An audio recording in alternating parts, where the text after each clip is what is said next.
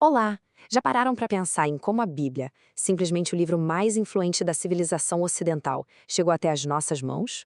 Nesta análise, a gente vai mergulhar fundo nessa questão fascinante, usando como guia a obra acadêmica A Origem da Bíblia. Vamos investigar tudo, desde a sua alegação de ter uma autoridade divina até as evidências textuais que sustentam a sua confiabilidade ao longo de milênios. A nossa jornada vai ser dividida em 5 partes. A gente começa com o fundamento de tudo, autoridade e inspiração. Depois vamos entender como a biblioteca da Bíblia foi montada, na formação do cânon, e vamos resolver a polêmica dos livros apócrifos.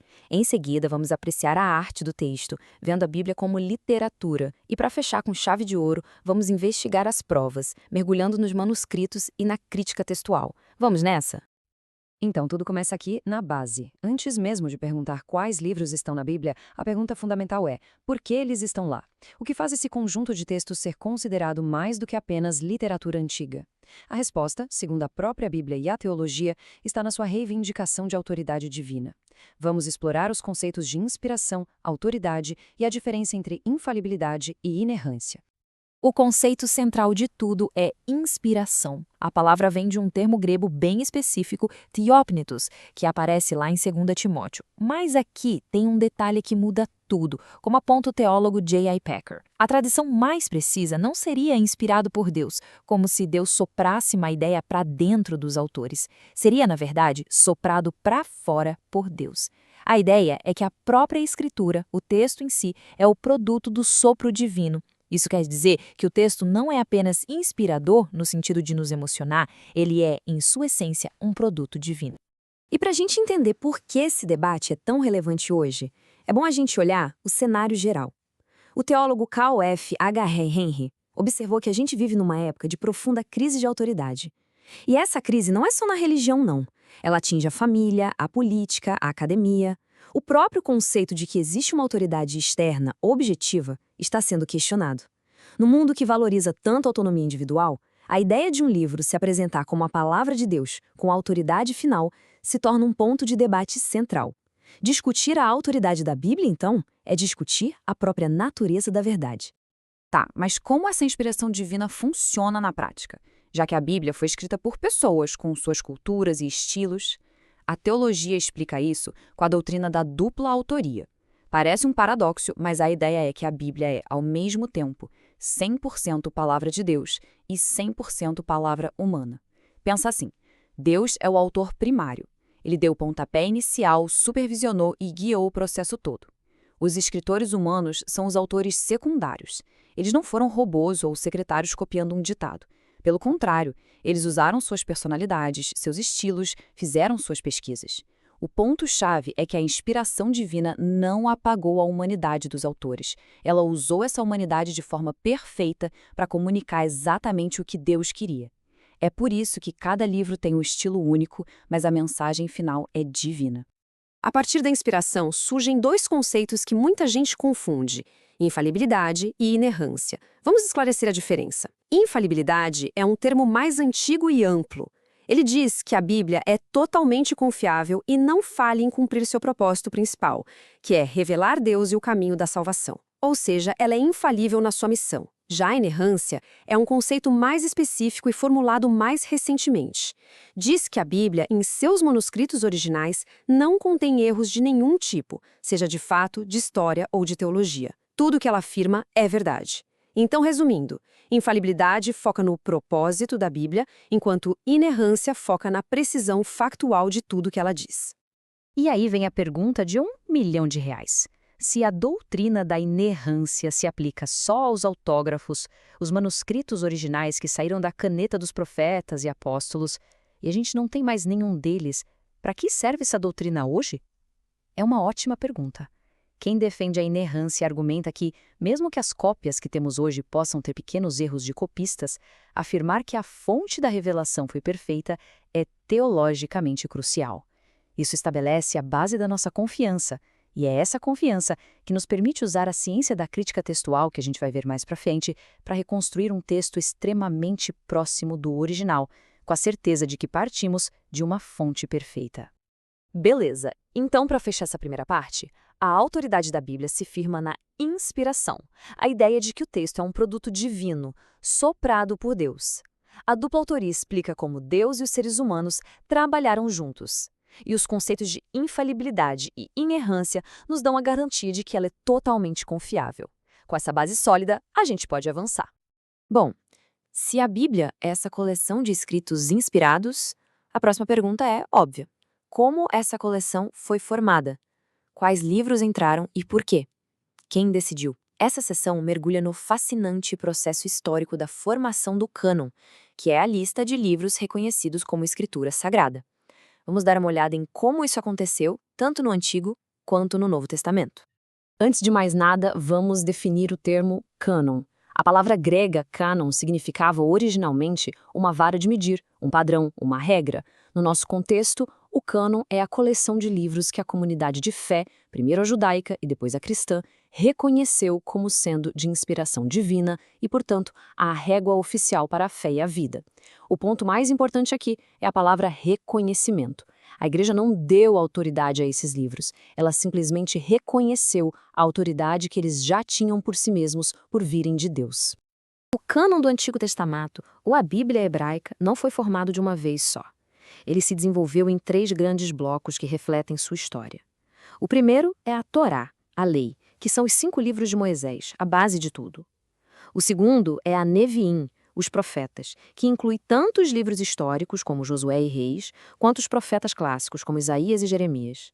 E o terceiro bloco, a Ketuvim, os escritos, é uma coleção mais variada, com poesia, sabedoria e mais história. Essa divisão tripartite, que o próprio Jesus menciona lá em Lucas 24, mostra como o reconhecimento desses livros foi gradual. E essa linha do tempo deixa claro que esse processo foi longo, levou séculos. Não foi uma decisão de comitê numa tarde. Depois que os livros foram escritos, a primeira parte a ser aceita por todos como canônica foi a lei, lá por 400 a.C. Uns 200 anos depois, a coleção dos profetas também já era consenso. E a última parte, os escritos, teve sua confirmação formal mais tarde, por volta de 90 d.C., embora muitos dos livros já fossem usados há muito tempo. O importante é que, na época de Jesus, a lei e os profetas já eram considerados, sem sombra de dúvida, a palavra de Deus. Certo. E o Novo Testamento? Como a igreja primitiva filtrou os textos certos no meio de tantos escritos que circulavam na época? Eles usaram critérios bem rigorosos. O principal de todos era a autoria apostólica. O livro foi escrito por um apóstolo ou por alguém muito próximo a eles? Como Marcos, que era ligado a Pedro, ou Lucas, companheiro de Paulo? Outro critério era a aceitação universal. As igrejas no mundo todo, de Jerusalém a Roma, estavam usando esse livro em seus cultos. A consistência doutrinária era fundamental, o ensinamento do livro batia com o que os apóstolos já pregavam e, por fim, havia uma qualidade que o próprio texto demonstrava ter, uma evidência de inspiração, algo que a igreja reconhecia como a voz de Deus. E o reconhecimento do cânon do Novo Testamento foi um processo igualmente orgânico. No século I, os livros foram escritos e começaram a ser compartilhados entre as igrejas. Já no início do século II, os líderes cristãos já citavam esses textos como autoridade. A necessidade de criar listas mais formais apareceu, em parte, para combater hereges como Marcião, que tinha criado sua própria Bíblia, toda editada. Durante o século III, o processo de seleção se consolidou e no século IV já havia um consenso geral na igreja que foi apenas confirmado por grandes nomes como Atanásio e em alguns concílios. Então, cai por terra aquele mito de que cânon foi inventado por um concílio muito tempo depois. Na verdade, ele foi reconhecido pela igreja ao longo do tempo. Resumindo a ópera, cânon é a régua de fé. O cânon do Antigo Testamento, que era a escritura que Jesus lia, formou-se em 3 grandes etapas. O do Novo Testamento foi reconhecido por sua conexão direta com os apóstolos. E o ponto mais importante de todos: a canonização foi um processo histórico de reconhecimento e não uma imposição de poder de cima para baixo. Agora vamos entrar num assunto que, costuma gerar bastante confusão. Se a gente comparar diferentes Bíblias, como uma de tradição protestante e uma de tradição católica, vai notar que o Antigo Testamento tem uma diferença no número de livros. Algumas têm livros a mais. Nesta sessão, a gente vai investigar o que são esses escritos conhecidos como apócrifos ou deuterocanônicos e entender por que existem visões diferentes sobre eles. A questão é essa. Afinal, que livros são esses e por que essa divergência toda? O termo apócrifo significa algo como oculto. São livros judaicos escritos, na sua maioria, no período entre o Antigo e o Novo Testamento, ali entre 400 a.C. e o primeiro século. A controvérsia sobre se eles deveriam ou não fazer parte das Escrituras é uma das principais diferenças entre as tradições protestante, católica e ortodoxa. Esse quadro deixa a diferença bem visual. O cânon protestante tem 39 livros no Antigo Testamento, batendo exatamente com o cânon da Bíblia hebraica. O cânon católico romano adiciona 7 livros, como Tobias, Judite e Macabeus, além de partes extras em Daniel e Esther. Eles são chamados de deuterocanônicos, que significa segundo cânon. Já o cânon ortodoxo é ainda maior, com mais alguns livros. Essa diferença toda tem raiz na forma como a Igreja lidou com a Septuaginta, a antiga tradução grega do Antigo Testamento, que incluía esses livros a mais. Durante a Reforma Protestante, no século XVI, os reformadores decidiram voltar ao cânon hebraico original.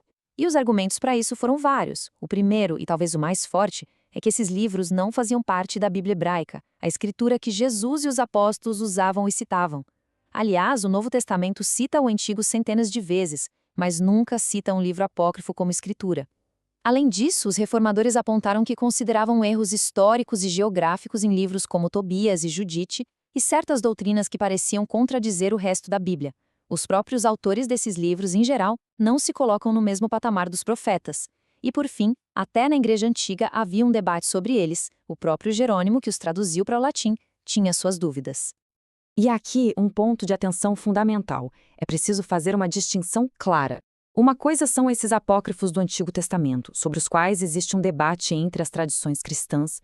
Outra coisa completamente diferente são os chamados apócrifos do Novo Testamento. Aí entram obras como o Evangelho de Tomé, o Evangelho de Pedro e vários outros. Esses livros foram rejeitados por todas as tradições cristãs, sem exceção. O motivo é claro, eles foram escritos muito tempo depois, não têm nenhuma ligação com os apóstolos e muitas vezes trazem ensinamentos gnósticos que são o oposto do Evangelho. Resumindo, então, os apócrifos do Antigo Testamento são livros escritos no período entre os testamentos. As diferentes tradições cristãs não chegaram a um consenso sobre o status canônico deles. A perspectiva protestante os exclui do cânon, baseando-se principalmente no exemplo de Jesus e dos apóstolos. E o mais importante, não vamos confundir esses livros com os apócrifos do Novo Testamento, que são universalmente considerados heréticos. Ok, a gente já discutiu o que a Bíblia é e como ela foi formada. Agora vamos mudar um pouco o nosso foco em analisar como ela foi escrita. Muitas vezes a gente lê a Bíblia só buscando regras ou doutrinas e esquece que ela é, antes de mais nada, uma obra literária espetacular. Essa sessão nos convida a explorar a Bíblia como uma obra-prima da literatura, analisando seus gêneros, estilos e as técnicas artísticas usadas pelos seus autores. O estudioso Leland Ryken começa com essa afirmação forte. Dizer que o cristianismo é a religião mais literária se baseia no fato de que seu livro sagrado é uma coleção de textos de uma sofisticação artística absurda. E olha, abordar a Bíblia como literatura não é diminuir sua autoridade ou dizer que é ficção. Pelo contrário, é prestar atenção em como a verdade é comunicada. Reconhecer a arte e a beleza do texto pode revelar camadas de significado que uma leitura puramente técnica deixaria passar. Uma das primeiras coisas que saltam aos olhos quando a gente lê a Bíblia com esse olhar literário é a sua incrível variedade de gêneros. Não é um livro de um tipo só. Tem de tudo. Tem narrativas históricas épicas, como a saga do Êxodo. Tem poesia lírica que toca a alma nos Salmos. Tem a sabedoria em pílulas de provérbios. Tem a retórica poderosa da profecia, a crítica social afiada da sátira, como no livro de Jonas, o drama existencial de Jó, códigos de leis, o formato pessoal das cartas de Paulo e a linguagem simbólica e visionária do Apocalipse. Cada gênero tem suas próprias regras de leitura, e sacar isso é o primeiro passo para interpretar o texto direito. Então, como a gente aplica essa análise na prática? É quase um passo a passo. Primeiro, identificar o gênero. Ninguém lê um poema da mesma forma que lê uma bula de remédio, certo? Segundo, analisar a forma. Numa história, a gente olha os personagens, o enredo. Num poema, a gente presta atenção nas metáforas, na estrutura. Terceiro, a partir da forma, a gente tenta entender o tema principal. Quarto, a gente situa o texto no seu contexto histórico. E, por fim, a gente extrai os princípios universais para a nossa vida. Essa abordagem nos mostra que, na Bíblia, a maneira como algo é dito faz parte do que está sendo dito. Para isso ficar bem claro, vamos comparar os dois gêneros mais comuns na Bíblia, narrativa e poesia. A narrativa, como a história de Davi, Comunica a verdade através de eventos, do desenvolvimento de personagens, de conflitos e soluções. Ela nos convida a entrar na história, a usar nossa imaginação. Já a poesia, como o Salmo 23, comunica de um jeito diferente. Ela usa imagens poderosas, como a do pastor, usa metáforas e apela diretamente aos nossos sentimentos e à reflexão. Os dois gêneros falam do cuidado de Deus, mas de formas completamente diferentes. Entender isso nos livra de cometer erros, como tentar tirar uma data histórica de um poema. Concluindo esta sessão, abordar a Bíblia como literatura é uma ferramenta indispensável para uma compreensão mais rica. Nos ajuda a valorizar a diversidade de gêneros, a entender que a forma artística é parte da mensagem e a apreciar a beleza e a genialidade dos escritores. Essa análise não substitui a teologia ou a história, mas complementa e enriquece, tornando a leitura da Bíblia uma experiência muito mais completa. Chegamos à nossa última sessão, e ela trata de uma questão crucial, a confiabilidade do texto. A gente já viu que a Bíblia reivindica a autoridade divina, entendeu como seus livros foram escolhidos e apreciou sua arte literária. Mas, como podemos ter certeza de que o texto que lemos hoje é de fato muito parecido com o que foi escrito por Moisés, Isaías ou Paulo há milhares de anos? É aqui que a gente entra na ciência da crítica textual. Para a gente ter uma dimensão do desafio, especialmente com o Antigo Testamento, precisamos pensar nesse número. Antes de 1947, os manuscritos hebraicos mais antigos e completos que a gente tinha eram da Idade Média, por volta do ano 900. Isso criava um abismo de mais de 1000 anos entre essas cópias e os textos originais. Como saber se o texto não foi modificado nesse tempo todo? Era uma questão de fé na precisão dos escribas, mas faltava uma prova mais antiga. É aqui que a crítica textual entra em cena. E é importante desmistificar o nome. Crítica aqui não é no sentido de falar mal da Bíblia. Pelo contrário, é uma disciplina científica que funciona como uma investigação forense, com o objetivo de reconstruir o texto original com a maior precisão possível. Os especialistas comparam letra por letra as milhares de cópias de manuscritos antigos que temos, analisam as diferenças entre elas e, usando regras bem estabelecidas, determinam qual versão é a mais provável de ser a original.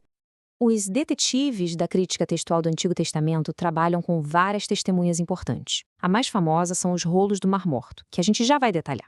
Mas existem outras. A Septuaginta, a tradução grega feita antes de Cristo, que nos dá uma foto de um texto hebraico ainda mais antigo.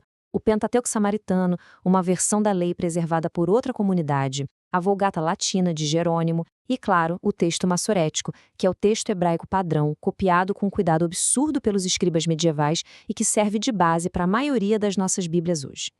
E então, em 1947, acontece o que é talvez a maior descoberta arqueológica do século XX. Em cavernas perto do Mar Morto, são encontrados centenas de manuscritos bíblicos da época de Jesus e até mais antigos. E qual foi o impacto disso?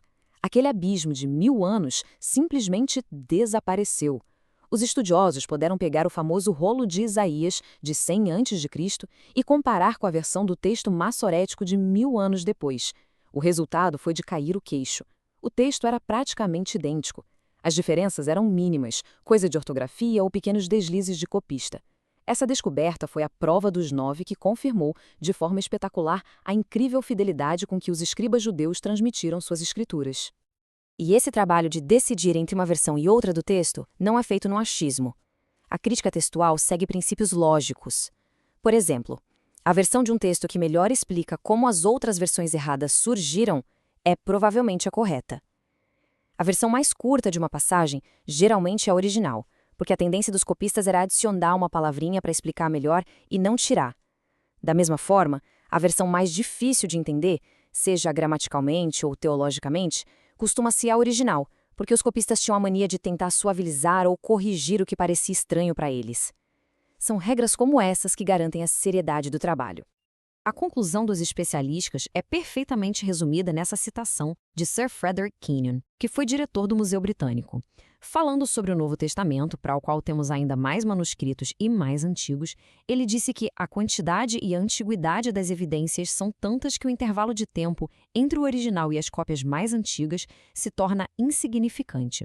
A conclusão, tanto para o Antigo quanto para o Novo Testamento, é que podemos ter um grau altíssimo de confiança de que o texto da Bíblia foi transmitido com uma fidelidade impressionante. Resumindo nossa última sessão, A crítica textual não é um ataque à Bíblia, mas uma ciência que nos ajuda a reconstruir o texto original com altíssima precisão. A gente tem uma riqueza de manuscritos antigos para fazer esse trabalho. A descoberta dos rolos do Mar Morto foi um divisor de águas, que confirmou a fidelidade da transmissão do Antigo Testamento. A conclusão acadêmica é clara. Podemos ter enorme confiança de que o texto da Bíblia que temos em mãos hoje é, em sua substância, o mesmo que foi escrito há milênios. Ao final da nossa jornada, vamos amarrar todas as pontas. Começamos pela base de tudo. A Bíblia reivindica a autoridade por ser divinamente inspirada. Vimos que o cânon não foi uma imposição, mas um processo histórico de reconhecimento. Desvendamos a questão dos livros apócrifos e as razões das diferenças entre as tradições. Exploramos a Bíblia como uma riquíssima obra literária, onde a forma importa tanto quanto o conteúdo. E, por fim, vimos como a ciência da crítica textual, com a ajuda de descobertas como os rolos do Mar Morto, nos dá uma confiança sólida na fidelidade do texto que chegou até nós. E para concluir, ficam algumas perguntas para reflexão. Entender que a Bíblia tem essa dupla autoria, divina e humana, muda o nosso jeito de ler o texto? De que forma saber que um salmo é poesia nos protege de cometer um erro de interpretação?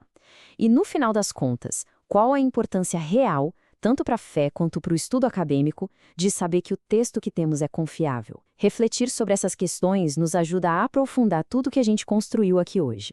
Muito obrigado pela atenção e espero que esta análise tenha sido esclarecedora.